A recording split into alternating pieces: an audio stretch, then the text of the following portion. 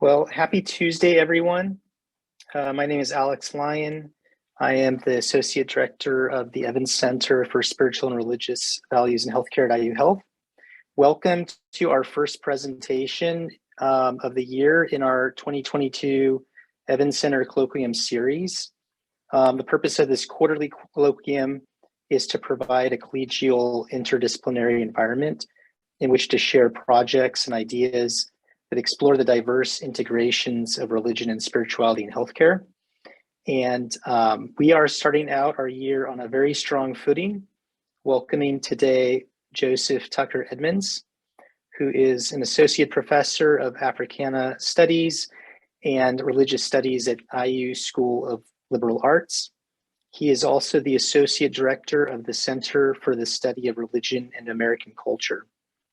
He earned his Bachelor of Arts in Religious Studies from Brown University, his Master of Divinity from Union Theological Seminary in New York City, and his PhD in Religious Studies from Duke University.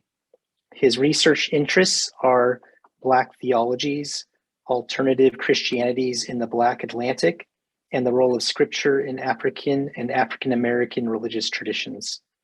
And his book, The Other Black Church, Alternative Christian Movements and the Struggle for Black Freedom, was published in December 2020.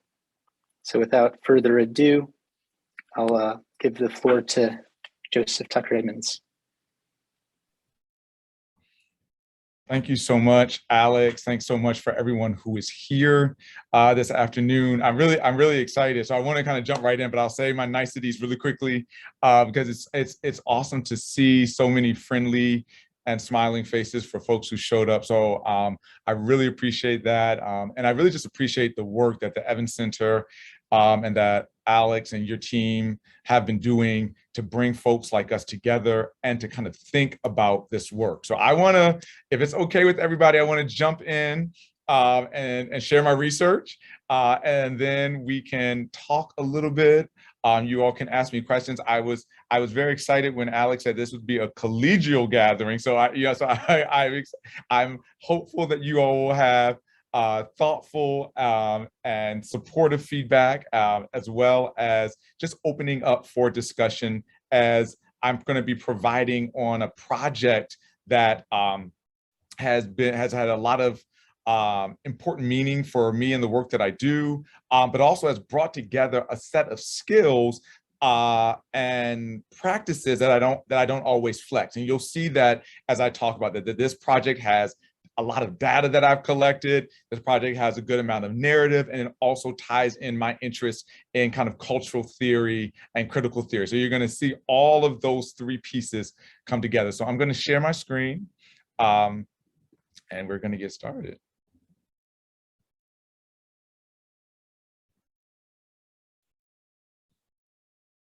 All right.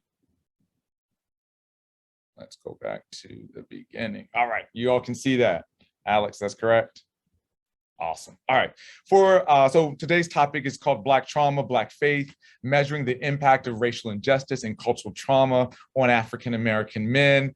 And so I want to kind of jump in and kind of think about the goals that I have for today's presentation. One is that I'm going to be presenting on this work that I've been doing with one of my colleagues in the School of Social Work, Virgil Gregory. But I want to kind of contain that or surround that with a couple of things. I want to think about, what do I mean when I'm using the term Black trauma, right? Especially when I'm dealing with an interdisciplinary group and a multidisciplinary group of folks that are gathering here. I want to also then talk about why Black religion or why Black faith and what I mean by that. I want to then move to thinking about the method, co-creating in community, and what that looked like and how we did that and who we worked with.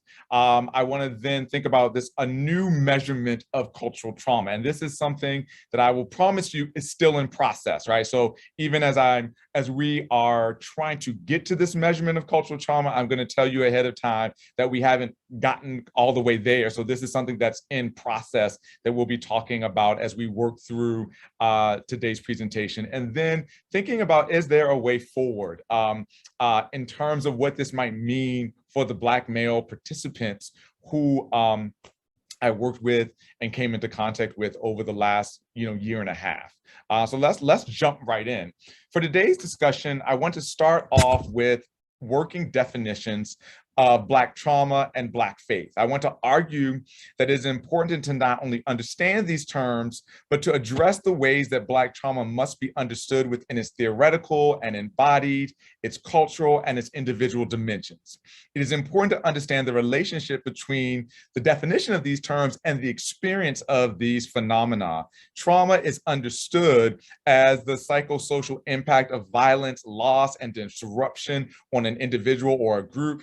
It is often framed within the locus of the individual, and the men who are studied and engaged in this project talked a lot about individual trauma, and we'll get there, but more emphatically, they highlighted the role of cultural trauma, or what I call the Black trauma that they face. This trauma, the cultural trauma, is caused by the physical and emotional realities of systemic forms of white oppression, right? Black trauma, therefore, is the long and short-term memory of unrelenting negation, disruption of subjectivity, and death. It is the repetition and almost unbearable nature of this trauma that highlights Black trauma in relationship to other cultural traumas. And as you see on the screen, I want to kind of highlight both cultural trauma, Jeffrey Alexander, but there's the distinction between trauma as it affects individuals and as a cultural process in Ron Ehrman's book, Cultural Trauma and African American Identity. But then also I wanted to point to this notion of like racial trauma or race-based trauma that caused by encounters with racial bias, ethnic discrimination, racism, and hate crimes, and what a favorite theorist of mine says, Carla Holloway calls Black death, right? That she says that racial trauma is often travels alongside Black death or Black dying. And she suggests that it is the fact that Black folks die earlier and more often, that their racial trauma or that their cultural trauma is distinct and different from other types of cultural trauma that exist in our world, right? So I want to keep on moving. So Black faith, as I argue in my book and for this presentation, emerges in the light of systemic oppression and in the search for safe harbors and structures with which Black men or a particular group try to find respite from individual and cultural trauma and action.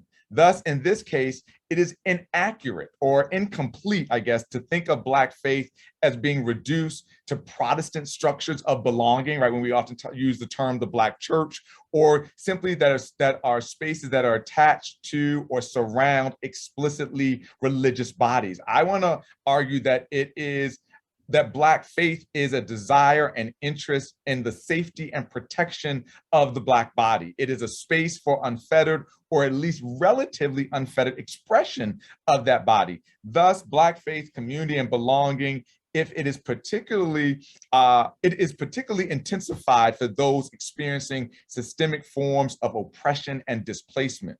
Therefore, it was the hypothesis of this study that as a result of the racialized traumas experienced by Black men, that they would be looking for, creating, and attending to the need for these kinds of safe harbors, or what we might understand as this Black faith or Black church tradition, right? So I want to start off and say, arguably, when we're thinking about this, I want to kind of put this in a larger frame for you. And most of you all have seen this kind of statistic or chart, but I want to kind of highlight for us kind of how we're framing this idea around racialized trauma, right? The unrelenting, systemic way that this plays out. Arguably, the most alarming statistics associated with racial injustice or racial trauma can be found within the African-American subgroup of Black men. By the end of 2019, for every single Caucasian man that was imprisoned in America, approximately 6 Black men were imprisoned. Data between 2013 and 2018 determined that African-American men were at the highest risk of being killed by police 2.5 times more likely than Caucasian men, right? Among Hispanic and non-Hispanic ethnic and racial groups, Caucasian and American or Indian or Alaskan natives African American had the second to lowest life expectancy at birth, 71.3 years. It has been argued that even in the most current moment that African Americans are overrepresented as a risk of African American male COVID-19 mortality can be explained by converging racist policies, chronic conditions, environmental factors that foster the contagious spread of the disease and the stress that goes alongside of it. In addition to COVID-19, the racial trauma is also an essential concern as it pertains to African American men. Cultural trauma has been defined by Alexander, as I said, as a particular group's collective response to a horrific event that results in shared and permanent recollection of the event and dramatic changes in their prospective identity. Issues of systemic racism, mass incarceration, and cultural trauma are all linked to the psychological context for this kind of treatment. But the data that has been published from the Centers for Disease Control and Prevention has showed that with regard to depression and anxiety symptoms, African American men were 26.4% less likely to have used mental health in comparison to their Caucasian male counterparts and compared to African American women as well, right? And so what I'm arguing here is that there's a lot of trauma that Black men are experiencing, right? Systemically and in that regard. In addition to quantitative research, qualitative methods have been used to explore important African American male behavior and social issues such that are indirectly associated with cultural trauma, right? We've looked at violence, perceptions of depression, mental health services, criminal justice issues. Yet, what we are arguing in this project is that there's an issue of qualitative documentation of the ways in which these factors have impacted African American males' lived experience, either during this most recent racial pandemic and the subsequent cultural trauma. This conspicuous gap in African American male research precludes both clinical intervention as well as the development of theories to really think about how do we respond to Black male cultural trauma, right? So the purpose of the present study that I did with my colleague in the School of Social Work was to obtain in-depth, thick description of two related factors, right? African American males' perception of injustice during the racial pandemic and the subsequent implications and responses, right? The study had an explicit focus on obtaining accounts of African Americans' beliefs regarding the intersections of cognitive trauma, racial injustice, spirituality, and coping. The reason I have this slide up is that for the present study, research participants were recruited from two sites, predominantly composed of Black men. Both community partners were in urban Indianapolis. They both were developed and imagined and created to address the issues and needs of Black men and had articulated organizational missions that were consistent with the aims of these studies, right? One is Fathers and Family, originally known as the Father Resource Program, which traces its beginning to Wishart Hospital's social work department. In May 1991, the hospital conducted a feasibility study, resulting in the consensus that a resource program for fathers was needed and that it was specifically needed for African American men who were excluded or not involved in the fathering or the birthing process of the mothers and the children at that space. The team that developed had its first CEO in Wallace McLaughlin, and it began its first class in 1994. And its mission was to build a noble legacy of fatherhood. And it's a statement that is reflected throughout a number of things that we're going to look at and talk about today. The other group that we were able to gain and get access to the Black male experience was the Black Men's Group, which is BMG. The birth of the BMG grew from an idea of Ron Chisholm, co-founder of the People's Institute for Survival, and a participant in this Undoing Racism workshops. When they came to Indianapolis in about 2012, they merged with the Marion County Juvenile Court and the Child Advocates, Inc. to offer approximately 10 workshops that were designed to help Black men think about their role in the larger community, to become socially and politically organized, and to begin this work. And in 2015, the official organization was created, right? And so here was the study that we created. So we have a study that we designed, studying Black men and cultural trauma in the Circle City, Virgil Gregory and myself. And this included, we were interviewing only men who identified as Black and male, had to be 18 years of age or over. They had to have various experiences with racial injustice, had the ability to clearly communicate these experiences and to be introspective, and were willing to be taped and recorded in order for us to discuss these kinds of things. The present study used what we called intensive interviewing method, which was addressing several areas: police brutality, the American justice system, emotional reaction to the killings of African Americans, and the family impact of racial injustice, spirituality, coping, and views of the United States of America and the views of self. This is a kind of a breakdown of the participant demographics, right? Just so that you can get a sense of who we were engaging and who we were talking to, right? Obviously, they were all men, and we interviewed 20 men for the first part of this study, all self-identified as Black men. And you can see that there was a wide variety of educational attainment. One of the things that we were trying to get at by both having a relationship with fathers and families, which traditionally works with men who are going for high school or vocational degrees, and the Black men's group, which had a much broader diversity in terms of educational attainment. You see also around that it was about 50% employed, 50% unemployed.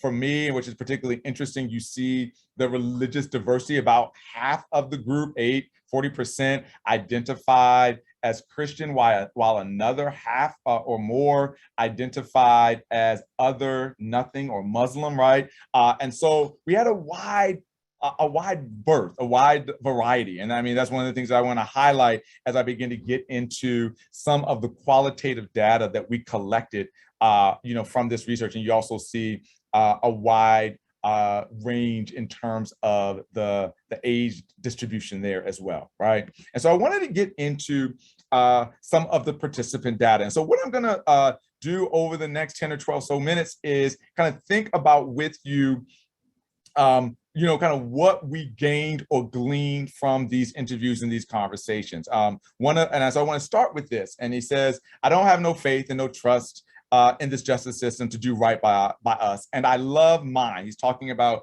his family, and Black brothers. You know what I mean? So I'm looking, right?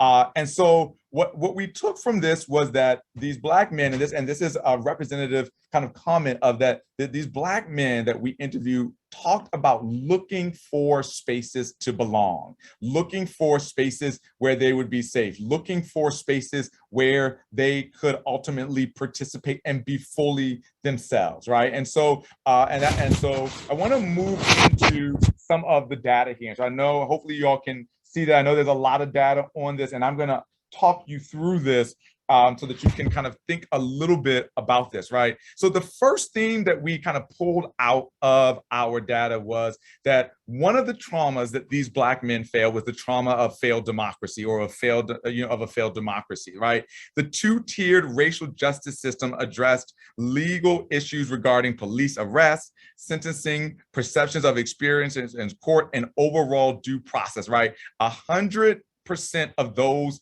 of the interviewers said that they believed that there was a two-tier justice system, Black and white, right? Participant J summarized his beliefs about the American justice system with the following sentiments: "We Black folks, we get the shorthand of the stick. Okay, a lot of people say that we are innocent until proven guilty, but as Black men, we are guilty until proven innocent.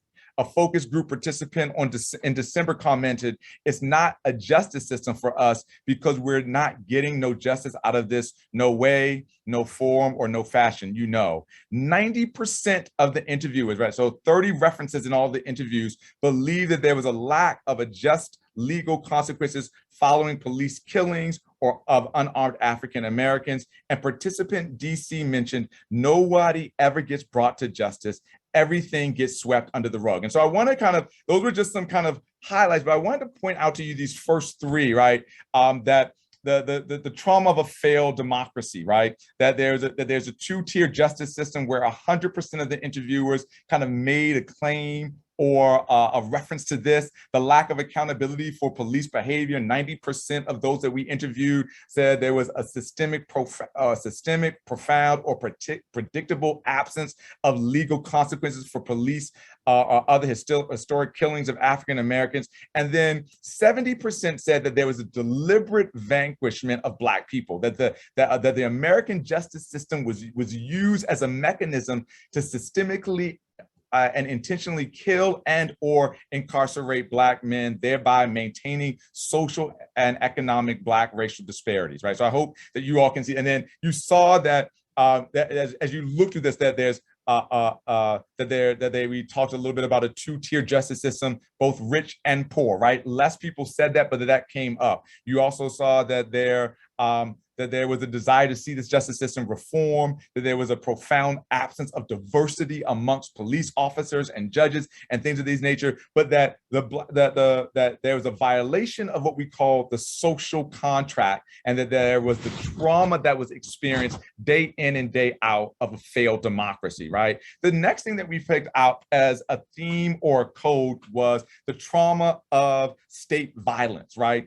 This code was articulated as a belief that the U.S. justice system represents a systemic intent to incarcerate or kill Black people. Participant DC said, it's all about getting rid of us, incarcerating us, and throwing away the key. It's white supremacy throughout our nation, and if they're not the dominant individual, then there's no room for nobody.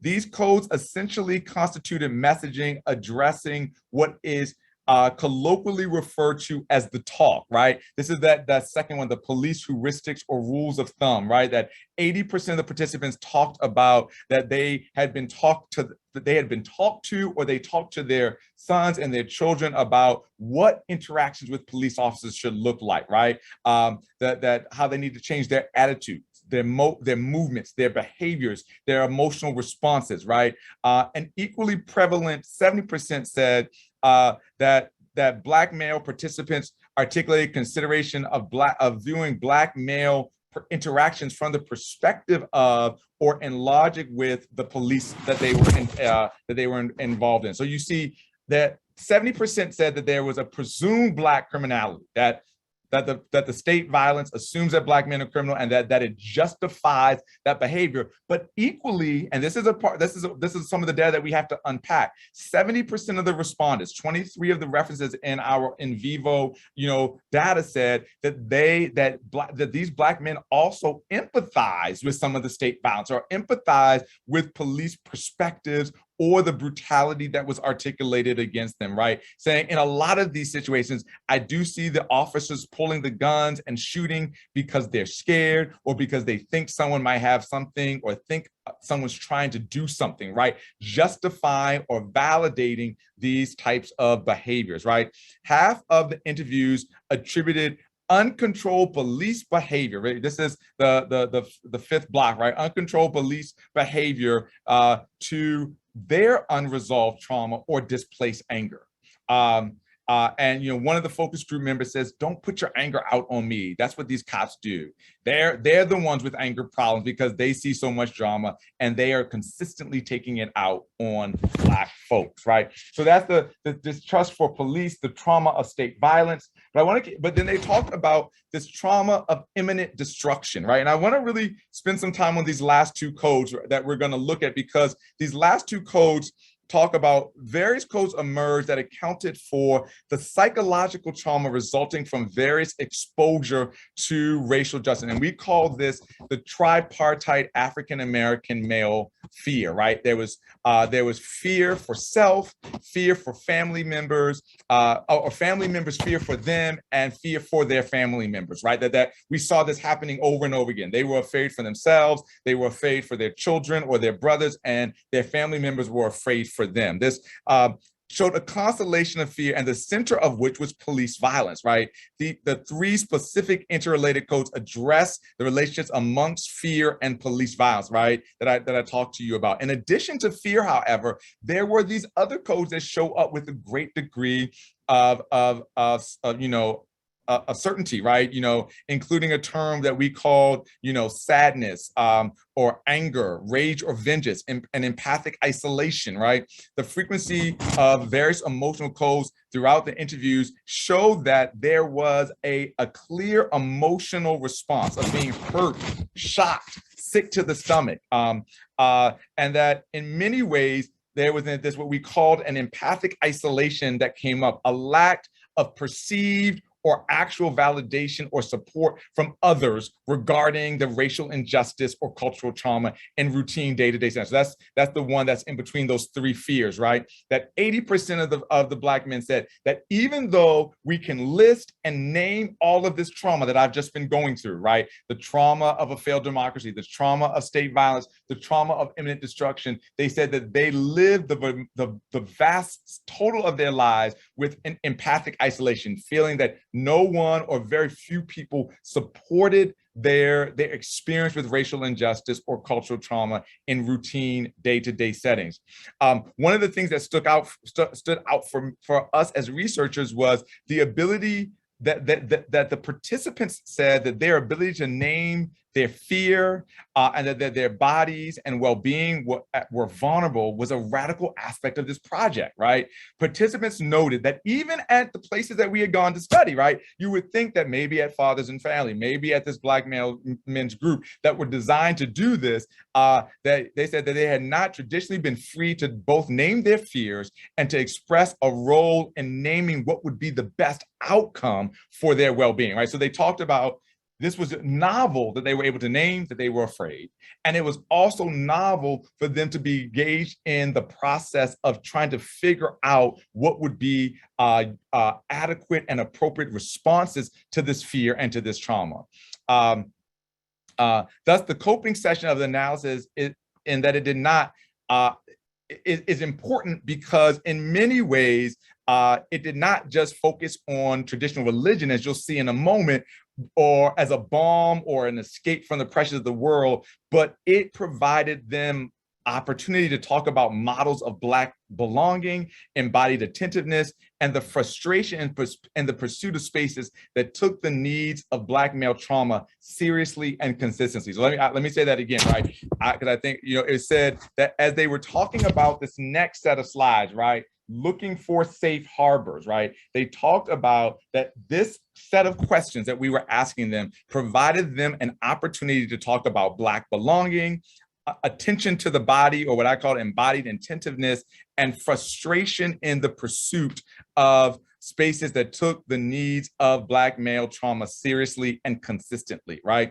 So in this last kind of big slide, we talked about the coping codes that came out here, and we called them STAR. And STAR is just a fancy word that said there were 4 things that emerged in these coping codes, right? There was spirituality, technology, appraisal, and a relationality, right? That were these 4 kinds of codes that came up over and over again as Black men identified various mechanisms for coping or responding to racial injustice in their life.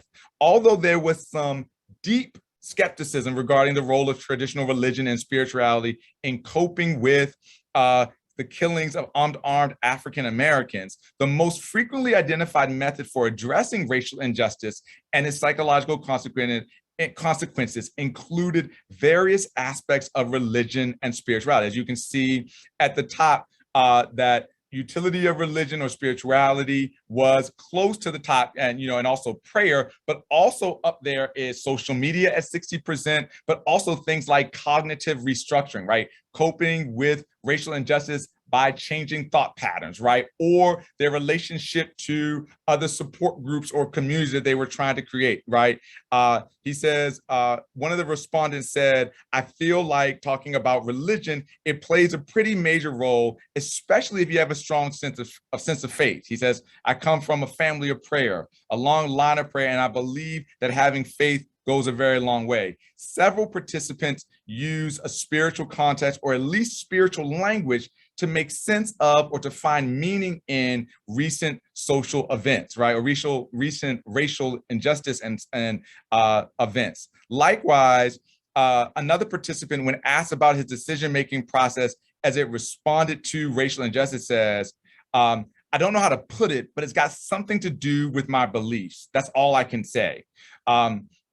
When asked on a follow-up, he confirmed that his beliefs, specifically religious ones, dictated his actions as it pertained to his coping with the deaths of African Americans from racial injustice, right? He says, we need to stop and think. He said again, even when situations look like racial injustice, that God, you know what I mean, will eventually give us justice that we desire or that we deserve, right? So that there was using faith or God as a mechanism or a tool to not only account for or explain systematic or social or racial trauma, but that God would eventually intervene, right? But an overwhelming majority of the interviewers, however, said that the men articulated their unwillingness to discuss issues of racial injustice with mental health or medical professionals, right? And I don't have, oh yeah, here it is, not talking to mental health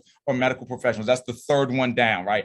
80% of the those interviews said, I haven't talked to any medical professionals or mental health experts, and I probably would not confide in them. It probably would be a pastor or something like that. Another one said, no, I haven't talked to any doctors, any psychologists. I feel like I can't afford it, and I ain't gonna lie. A third person said, I wouldn't see the need to speak about it to my doctor or medical professional, psychologist, whatever. I just wouldn't see the need. And so some of the data that came out or that we're still trying to kind of grapple with is thinking about is this idea that the medical space, that like psychological support, that medical professionals were not seen as safe harbors, right? As a response to this suffering, to this trauma in many ways, right? And I always point out that even though it's not frequent, if you look at the last code,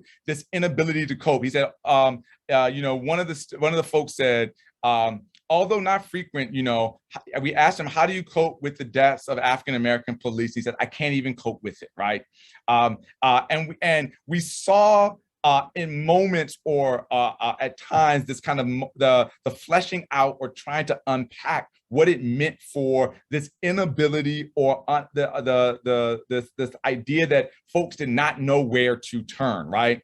And so, I want us to continue to think about this as I go to this next slide, though, right? Because I think that in many ways, we have this slide here that suggests that there is this connection to a certain degree with the benefits of religious and spiritual practices, but there is also some critique of or some concern with some of the larger systems and structures that are out there. But this oftentimes aligns with, this is the Pew study that happened in 2014. It was replicated again in 2020 that basically supports this, that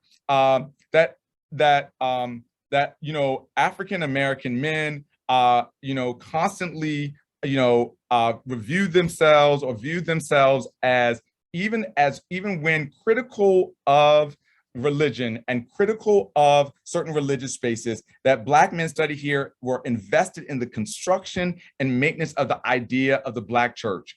And this idea of why Black religiosity is so sticky is in contrast to other groups, right? So this is for millennials here, but if I did it for any of the age categories, you would see that it shows up in a number of ways. While there is a thrust to create new territories or spaces, there's still a deep connection to the Black biblical tradition.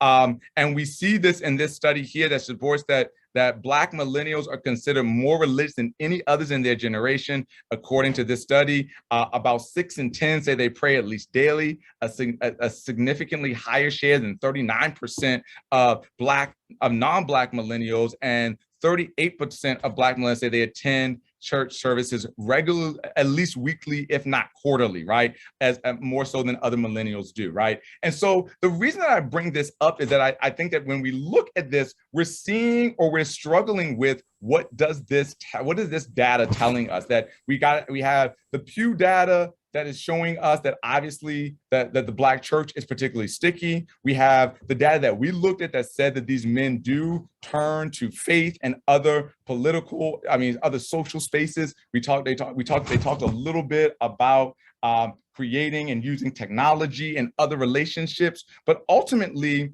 that both of the men in this group signaled what I would like to call an affiliation alongside a dissatisfaction. He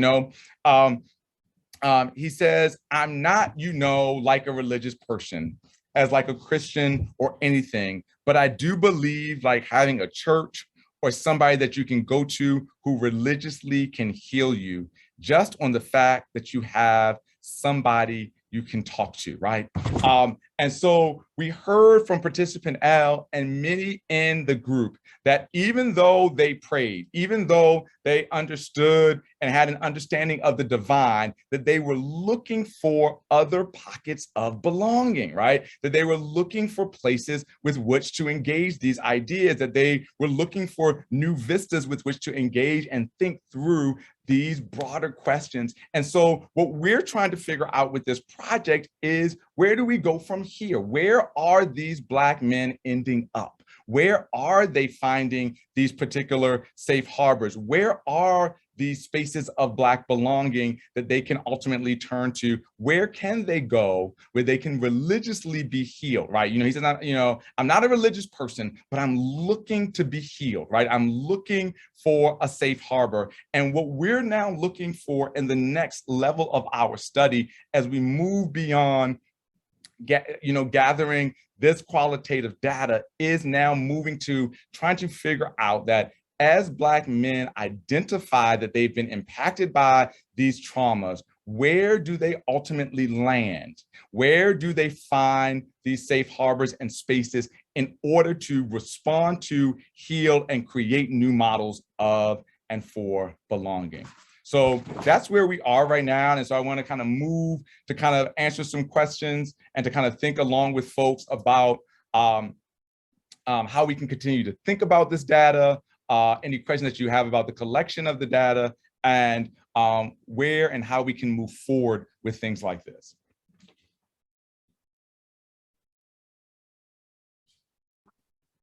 Joseph, I know that we get to hang out in other spaces. We don't get to see each other's work very often, and this was amazing. First of all, thank you. And as somebody who teaches people to become therapists, the fact that 80% of your participants said that the racialized trauma, but they wouldn't bring it up because it's not a safe place to do that, goes right to the heart of our curriculum development and our training program here at IUPUI. So you and I are going to need to talk offline, because I got a lot of things to talk to you about. But it also resonates with my own clinical experiences, where people don't feel comfortable talking to a therapist, but maybe they feel comfortable talking to a chaplain about something. Yeah.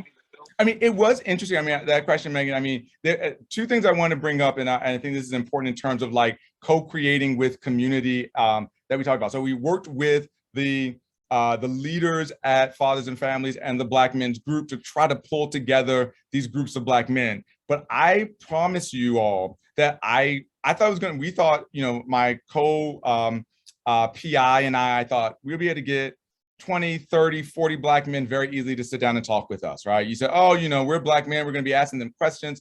This, it was one of the most difficult processes to kind of get the men to even sit down and talk about these experiences with us, right? I mean, we had, I would say, out of the, you know, the 5 focus groups that we pulled together and that we had about 12 failed focus groups, right? Where one person showed up, no person showed up, right? You know, where folks said, and so there was this question. I mean, but then again, I said, once they sat down and talked to us, they said, no one really talks to us about this. No one is asking us these questions, right? So it was a really, but there was about building trust. There was about, I mean, and one of the things that we did to try to build trust was we participated in their classroom where they were doing job development training. We sat in there, we learned with them, and then we said, okay, we've been here with you all for a couple of weeks. Would you be willing to come talk to us about this? Even after those kinds of settings, even after meeting us, it still was very difficult, right? So I mean, I just wanted to point that out, that like that is another article that I think that we wanted to talk about. It's like, how do you actually build trust with this? With this community and get responses that are going to be really thorough and transformative.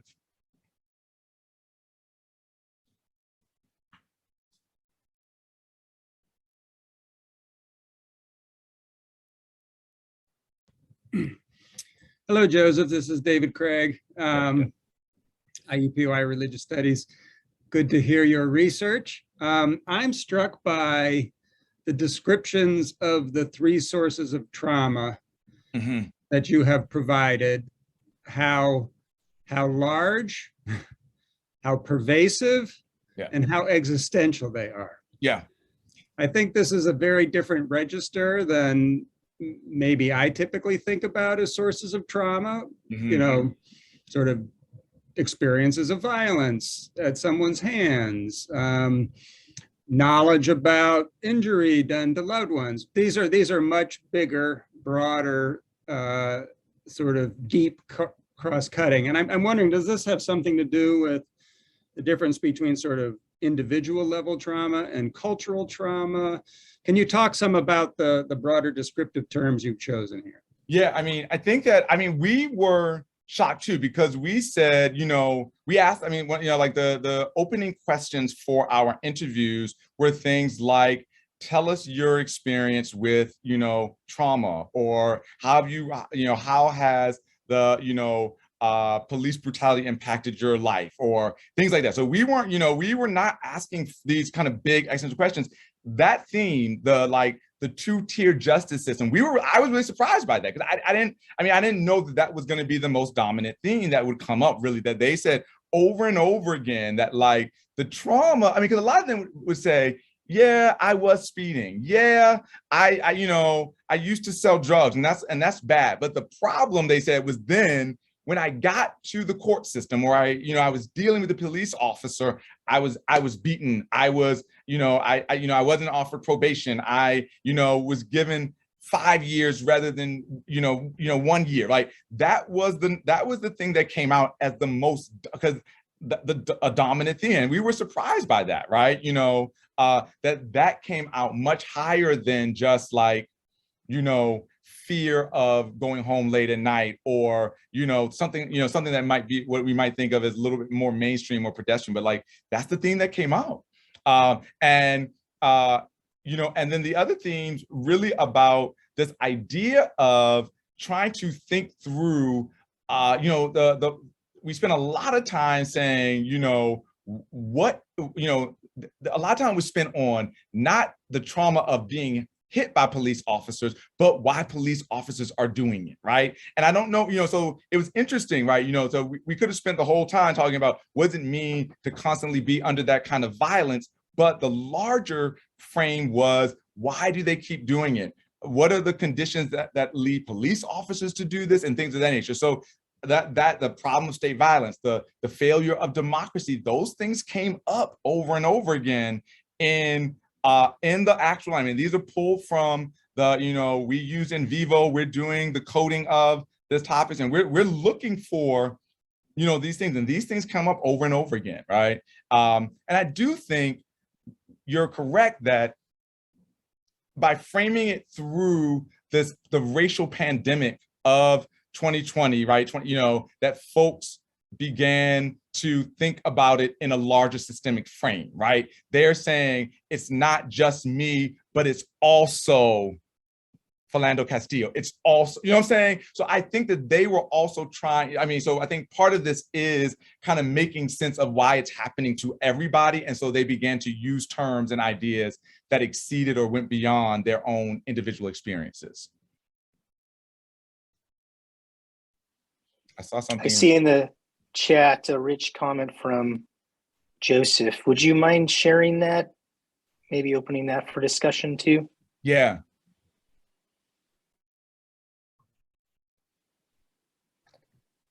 This is, he says, where is medicine and cultural competences, and does training really impact their competence?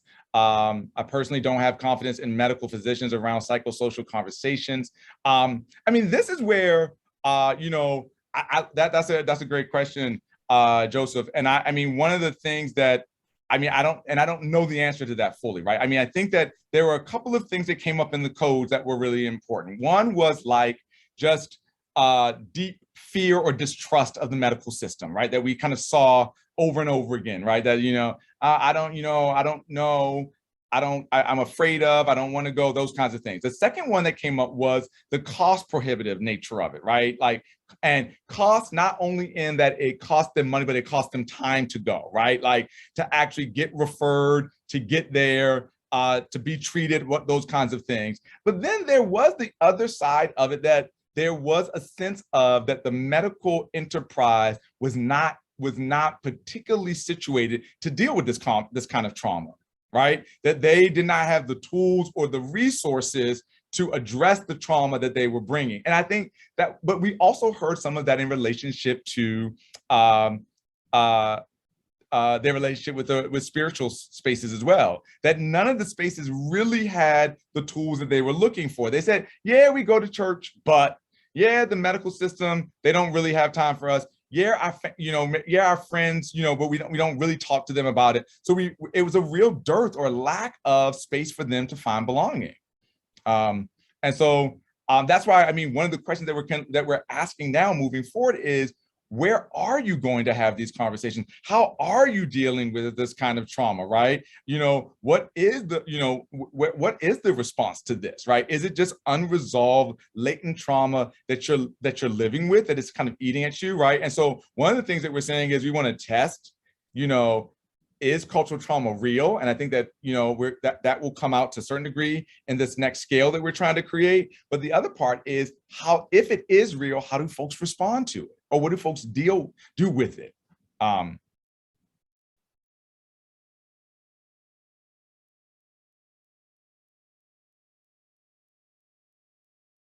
Thanks, David.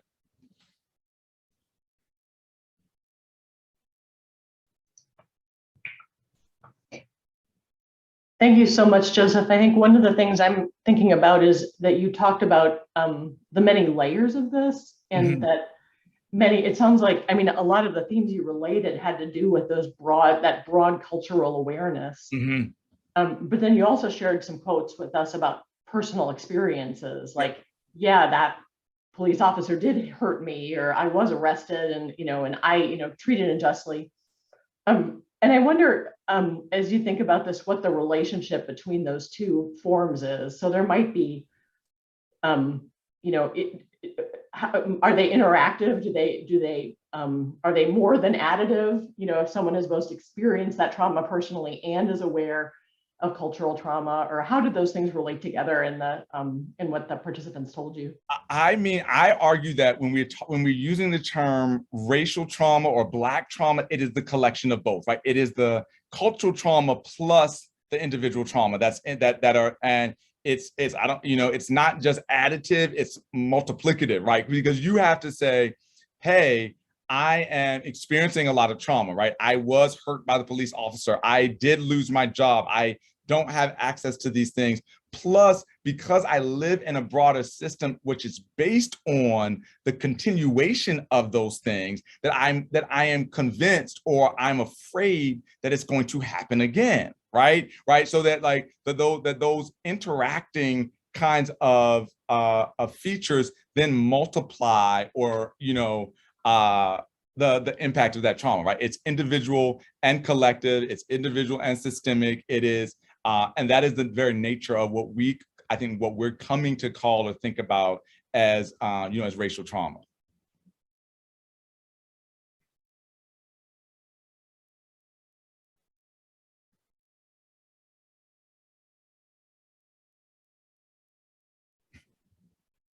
Joseph, my name's Shelley. I noticed that your study sample, the age ended at age 60. Yes. And so I wonder what you might have expected to hear if you had engaged African-American elders about their experiences of structural and interpersonal or individual racism.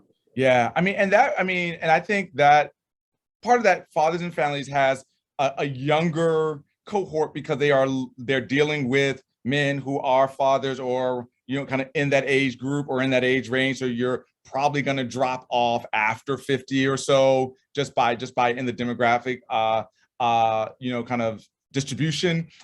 We did think that there was a possibility with the Black men's group because they do have an intergenerational component to some of their workshops and offerings that they provide, that we would get access to some folks over 60. We did not in this study, unfortunately. I think the old person was maybe 59 or something. The median age was 32.4 or 6 or something like that.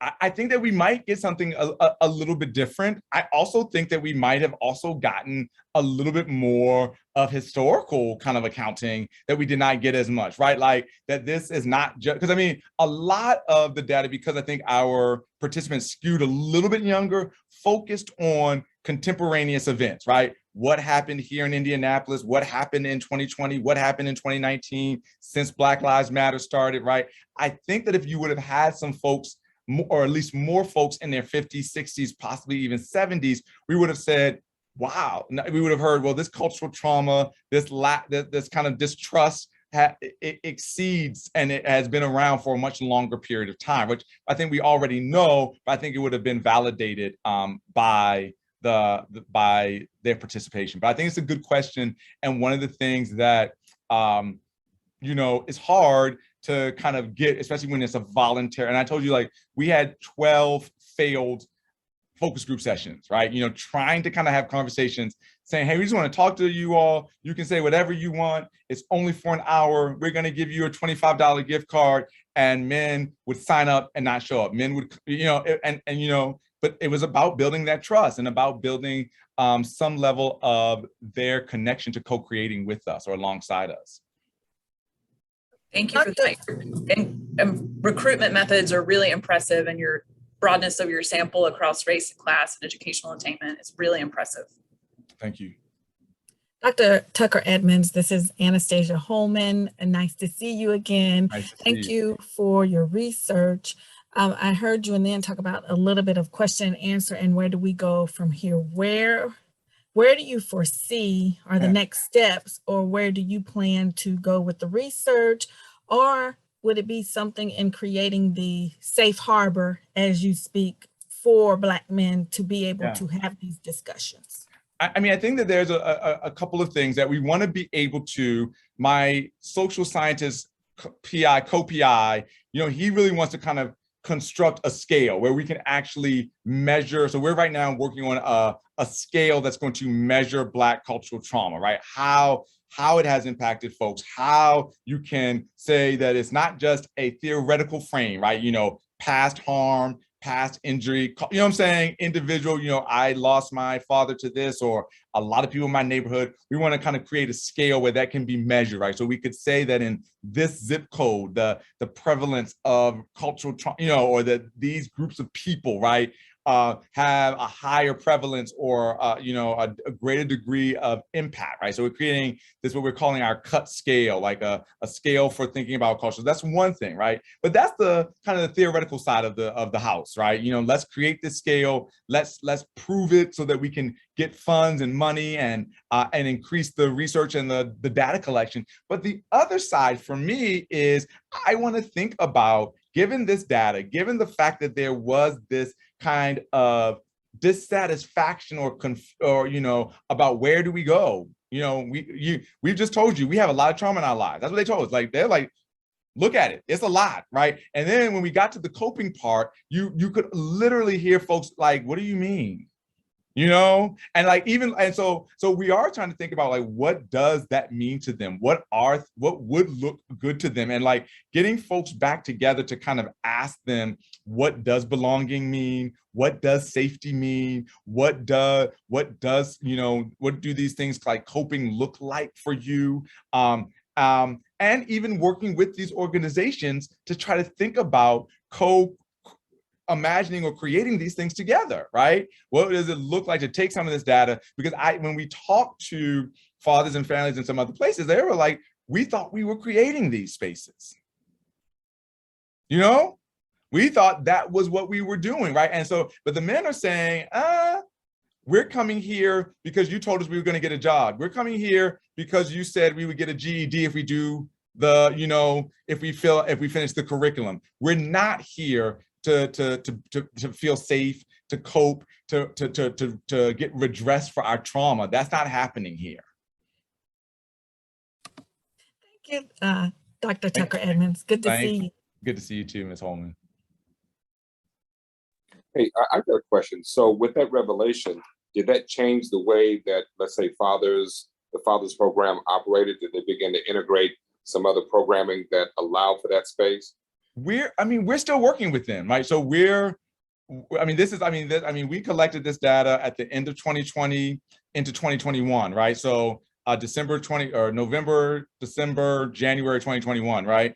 And so we've just been, you know, gathering it all and putting it together. So even as we've been coming back to fathers and family, they have in their mind, they have a very rich model of what they're doing, right? Getting Black men back to work and to kind of finishing out their educational attainment, right?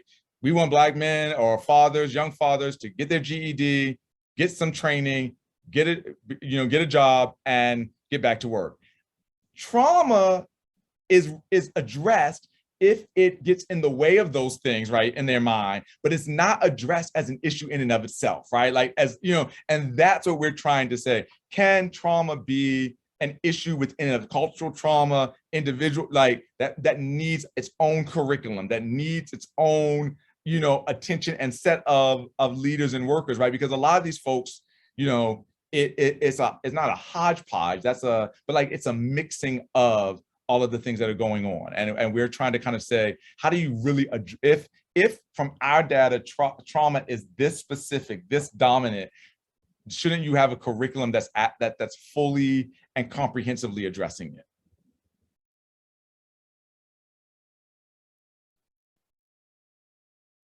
Thank you. No, thank you for the question. I am saying that, Shelley, like, and one of this that she says, it sounds like you're saying one form of coping currently is compartmentalization. And I think that, like, we see that institutionally, but we also saw it in the ways in which the men responded. Like, I'm going to just kind of get out of the way. I'm going to work harder, right? You know, the kind of the narratives of respectability also came up a number of times. Like, if I just don't drive after 9 o'clock, right? Maybe I can mitigate or lessen the trauma or my experiences with it, right? But I do think, for me as a religious studies scholar, I'm seeing these folks saying, like, I want a place of belonging. I want safety. I want a place where I can go to get healed. I don't know where to go, right? So. Well, Joseph, this has been an amazing time. And if you want to stay after to answer a few more questions, you'd be welcome to. In closing our 1 hour, I just wanted to put in the chat Gloria Robertson's email, since we will have 3 more of these colloquia throughout the year. And it'll be hard to follow Joseph, I think, but if you have any recommendations for guests, then please email Gloria and save the date, May 24th, Tuesday, 2 to 3 p.m. is our next colloquium. And so that's our official time closed, but if you have a few minutes, Joseph, we'd love to hear just a few more questions and answers. Yeah, no, I mean, it's been great. Thank you so much. Yeah, I do know this whole, I like Black women, you know, we got, you know, I mean, we want to like expand this and really, I mean, one of the things was just trying to make space for these men to be able to talk and to kind of be able to share freely some of this information. And I want to do this for Black women. I would love to work with someone, you know, so yeah, we got to talk about that and pull that together, because I do think that would require the right people in the room. And you know, like, because I think 2 Black men coming in, that's not gonna work. But yeah, I'm definitely down with that. Thank you. We'll be contacting you. Yeah, I mean, it's also though, it's very interesting that you all brought that, you know, you brought up chaplains, but you know, it's interesting folks don't have access to like what I think a lot of these men were looking for support and belonging outside of like explicitly denominational spaces or explicitly orthodox spaces, right? And they didn't want to go to medical professionals, but the role of a chaplain is not easily accessible to folks who are not in an already established system, right? You know, so if you're somehow outside, you got to go to your pastor or to your mama's pastor, or so where, you know, so I wonder about, I mean, this is just for you all, how do we make chaplain-like services more accessible to folks who want a spiritual kind of counseling, but outside of their original institutions of belonging, right? You know, and they're not in a hospital, they're not in a, you know, a rehab situation, but they want access to someone who can talk to them about spiritual belonging and spiritual wellness. And these Black men didn't seem to know how to find that.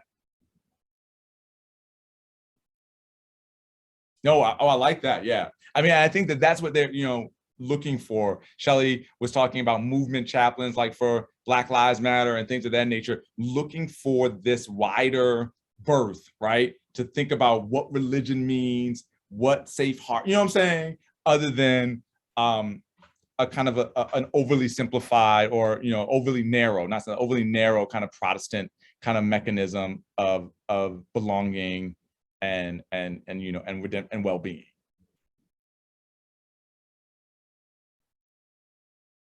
That's a good point too.